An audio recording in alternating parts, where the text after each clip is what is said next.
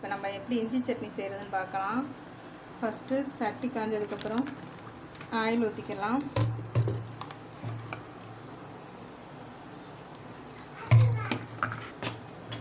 தேய்ச்சி கொடுக்குறேன்.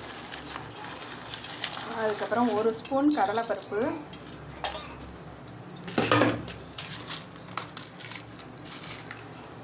1 ஸ்பூன் உளுந்தம்பருப்பு,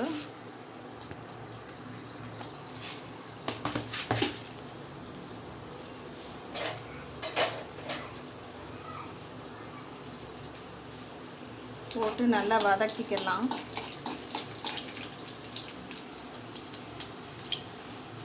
அடுப்பில் கொஞ்சம் சிம் பண்ணிக்கிட்டோம்னா அது கொஞ்சம் செவக்க வறுக்கணும். வறுபடாமே இருக்கக்கூடாது, நல்லா செவக்க வறுபடணும். ரெண்டுமே இப்போ ஓரளவு செவக்க வறுபட்டுருச்சு. அதுக்கப்புறம் பூண்டு, இஞ்சி, காஞ்ச மிளகா, கொஞ்சம் புளி சேர்த்துக்கலாம். சேர்த்துட்டு நல்லா வதக்கலாம்.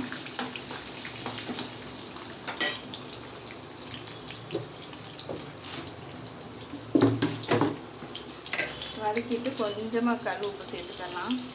ஏன்னா நம்ம சட்னி கொஞ்சம் தான் வைக்கிறோம். அதையும் நல்லா வதக்கிட்டு இந்த இஞ்சி சட்னி நம்ம சும்மா 2 நிமிஷத்துலேயே செஞ்சிடலாம்.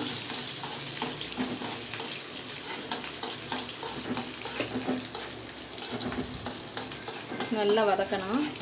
நல்லா செவக்க வறுத்துருச்சு. இந்த இஞ்சி பூண்டு மட்டும் கொஞ்சம் லைட்டாக வேகட்டும். அதுக்கப்புறம் லாஸ்ட்டாக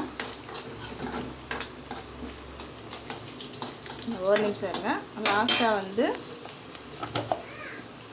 கொஞ்சமாக மிளகா பொடி சேர்த்துட்டு அடுப்பை ஆஃப் பண்ணிடலாம். ஏன்னா மிளகா பொடி கருகிரும்.